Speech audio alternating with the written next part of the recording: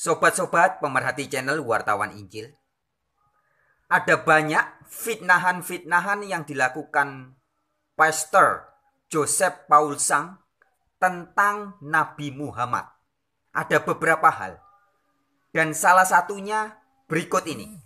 Dengar dan simak baik-baik cuplikan video Joseph Paul Sang berikut ini. Nah, coba kita lihat nih.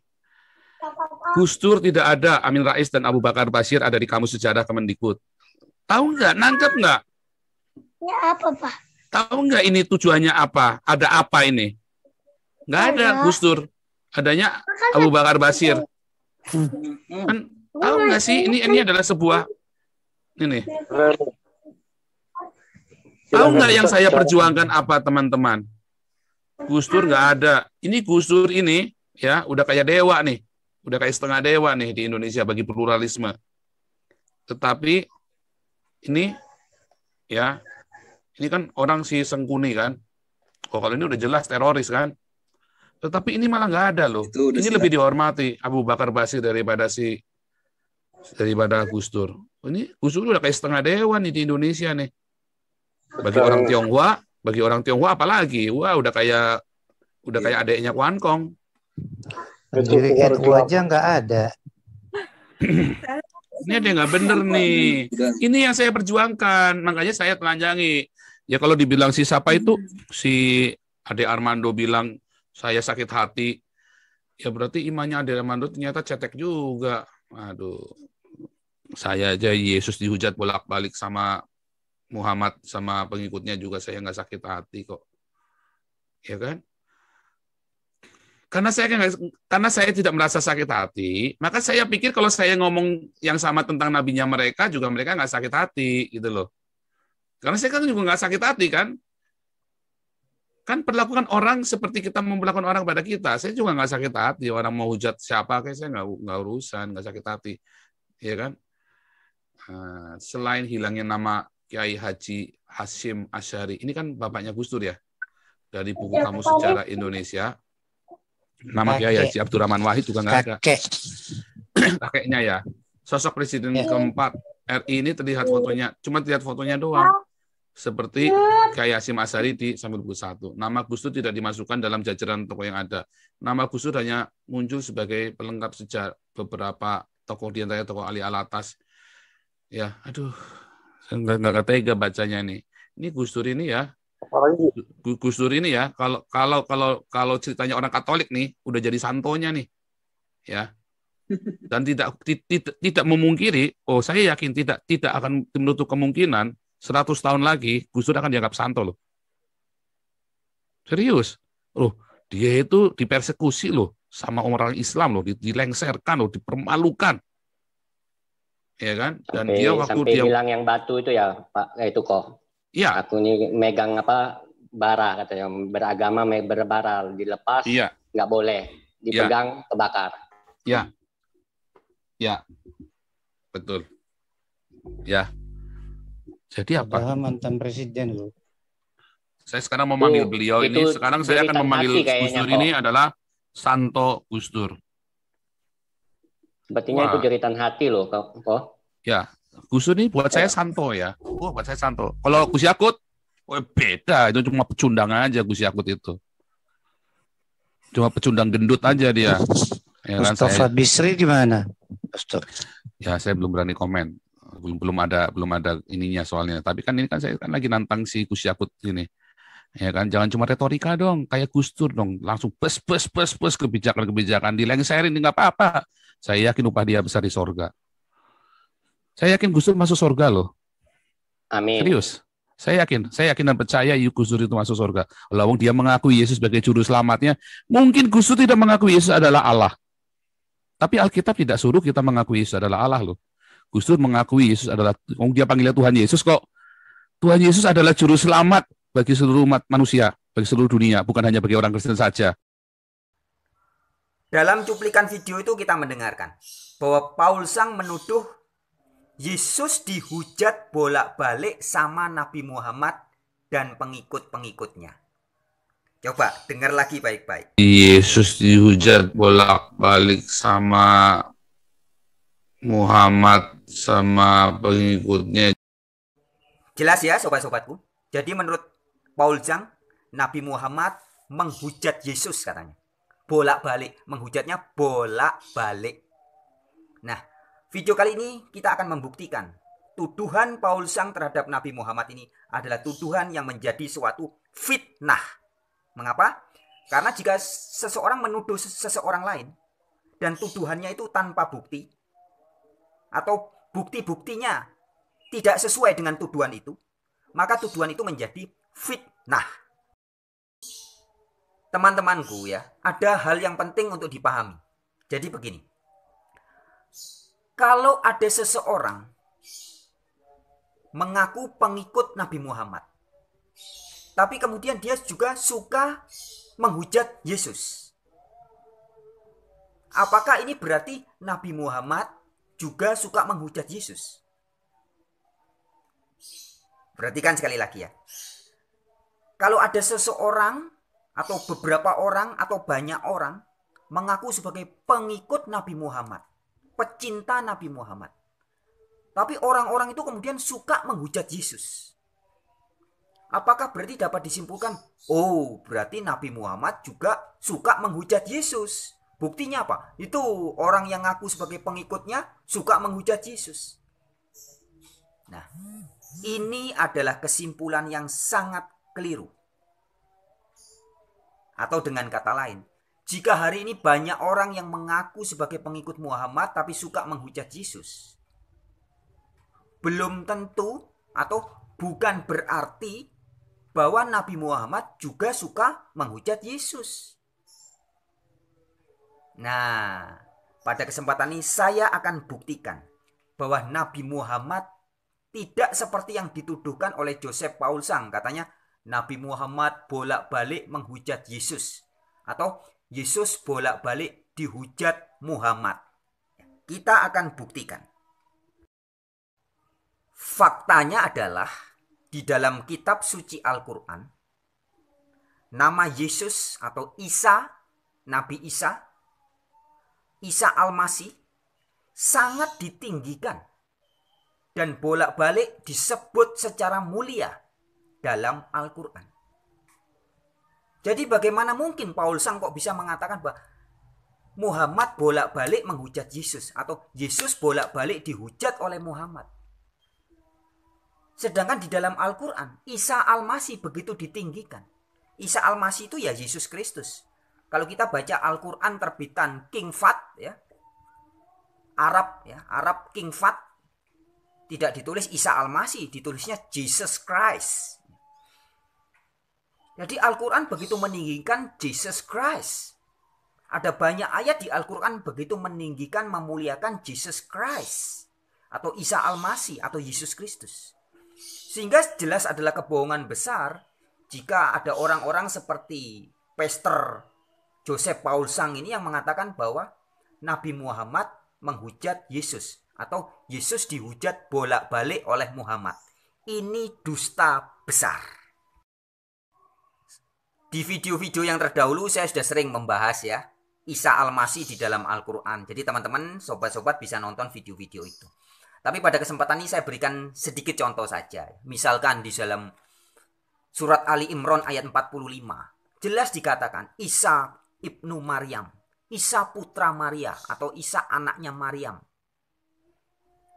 Wajihan fid dunia wal akhirati wa minal muqarrabin. Adalah seorang yang sangat terkemuka di dunia dan di akhirat. Dekat atau karib dengan Allah. Al-Quran begitu memuliakan Isa Al-Masih. Kok bisa-bisanya Paul Zhang mengatakan Yesus dihujat bolak-balik oleh Muhammad? Ya, itu Al-Quran. Ada banyak ayat yang lain. Misalkan di surat An-Nisa juga. An-Nisa 171. Bahkan Isa Al-Masih di An-Nisa 171 dikatakan sebagai kalimatullah dan rohullah atau rohullah, roh daripadanya. Dalam bahasa Arabnya rohullah. Isa Al-Masih disebut sebagai roh Allah, roh dari Allah. Ya, itu Al-Quran. Dan banyak lagi ayat-ayat lainnya. Intinya di dalam Al-Quran Yesus dimuliakan sebagai nabi, sebagai rasul, juga disebut sebagai kalimatullah, firman Allah, juga disebut sebagai roh dari Allah atau rohullah. Jadi bagaimana mungkin Al-Quran yang menyatakan bahwa Yesus adalah firman Allah atau kalimatullah dan juga rohullah, juga adalah nabi, juga adalah rasulullah. Kemudian bisa dibilang Yesus dihujat bolak-balik oleh Muhammad. Ini benar-benar fitnah dari seorang Paul Zhang terhadap Nabi Muhammad. Selanjutnya, kalau kita buka di dalam hadis, hadis itu sabdanya Nabi Muhammad. Di salah satu hadis yang sahih, yaitu hadis Bukhari. Sobat-sobat silakan buka di hadis Bukhari nomor 1496. Demikian penampilannya ya. Ini fotonya kayak ini. Hadis Sahih Bukhari. Ya, jadi seperti ini penampakannya. Berisi sabda-sabda atau catatan-catatan sabda Nabi Muhammad atau Rasulullah Shallallahu Alaihi Wasallam.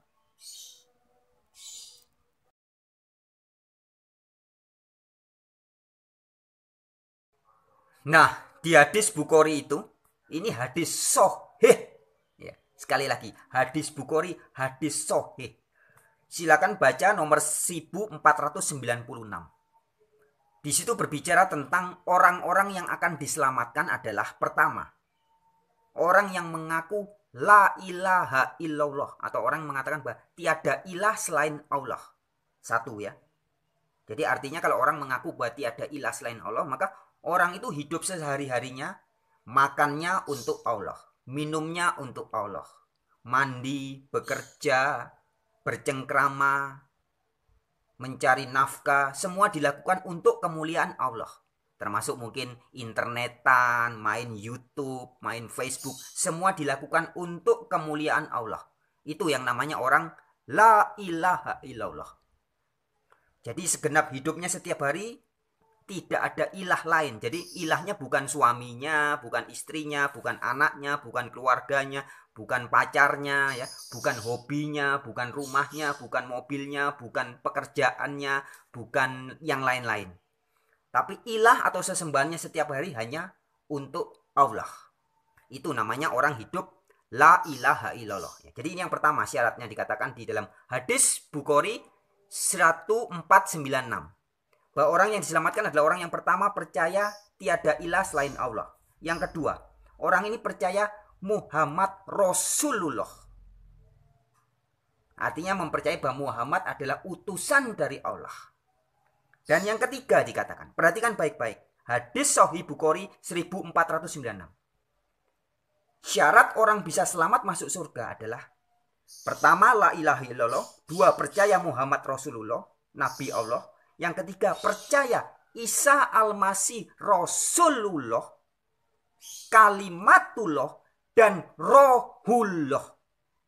Yang keempat, percaya surga dan percaya neraka. Jadi syarat orang bisa selamat, ini ada 4 ini. Sekali lagi, syarat yang pertama, percaya tiada ilah selain Allah. Yang kedua, percaya Muhammad Rasulullah. Yang ketiga, perhatikan baik-baik yang ketiga. Percaya bahwa Yesus atau Isa Al-Masih adalah Rasulullah, kalimatullah, dan rohullah. Jadi percaya bahwa Isa adalah utusan Allah, firman Allah, dan roh dari Allah. Dan yang keempat, percaya surga neraka. Nah, jadi ini perkataan Nabi Muhammad. Nabi Muhammad mengatakan bahwa orang yang akan selamat adalah orang yang percaya surga neraka, percaya tidak ada ilah selain Allah, percaya Muhammad Rasulullah, dan percaya apa? Yang ketiga tadi, Yesus Kristus atau Isa Al-Masih adalah kalimatullah dan rohullah. Nah, jadi bagaimana mungkin Muhammad yang seorang yang mengatakan bahwa kamu akan selamat kalau kamu percaya la ilaha illallah, Muhammad Rasulullah, Isa Al-Masih, Rohullah, dan kalimatullah. Kemudian tiba-tiba Muhammad sendiri bolak-balik menghujat Isa Al-Masih. Ya nggak mungkin. Jadi hadis dan Al-Quran membuktikan bahwa Muhammad sangat memuliakan Isa Al-Masih.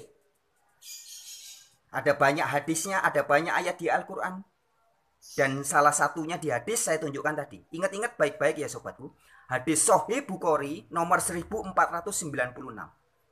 Syarat orang yang bisa selamat masuk surga adalah, salah satunya ada 4 syarat ya. Selain percaya kepada satu-satunya ilah yang benar adalah Allah, percaya Muhammad Rasulullah, percaya surga dan neraka, dan yang ketiga apa? Percaya Isa Al-Masih adalah Rasulullah, firman Allah, dan roh dari Allah. Jadi Muhammad percaya Isa Al-Masih adalah firman Allah. Isa Al-Masih adalah roh Allah. Mana buktinya? Ada banyak, salah satunya hadis Sahih Bukhari 1496. Jelas sudah saudara-saudariku, very clear. Siapapun orang di dunia ini,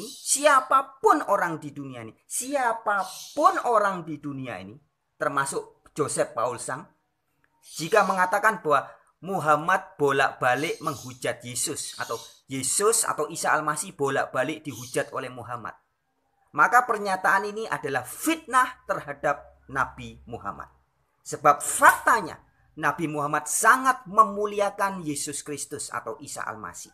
Bahkan di salah satu hadis, ini sebagai tambahan info ya, saya pernah baca Nabi Muhammad mengatakan bahwa Yesus atau Isa Al-Masih adalah teman yang maha tinggi. Jadi Isa Al-Masih itu teman sahabat karibnya Nabi Muhammad menurut hadis. Menurut Al-Quran, Isa Al-Masih adalah apa? Ali Imran 45 tadi. Orang yang terkemuka di dunia dan di akhirat, dekat dengan Allah. Juga di Al-Quran dikatakan Isa Al-Masih adalah kalimatullah dan rohullah. Dan ayat-ayat Al-Quran ini sama persis dengan kesaksian hadis tadi. Sahih Bukhari 1496 yang mengatakan bahwa Isa adalah Rasulullah, kalimatullah, dan rohullah. Roh dari Allah.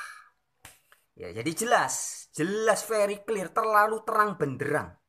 Tidak ada orang yang bisa menghilangkan fakta ini. Bahwa Nabi Muhammad sangat memuliakan Isa Al-Masih atau Yesus Kristus.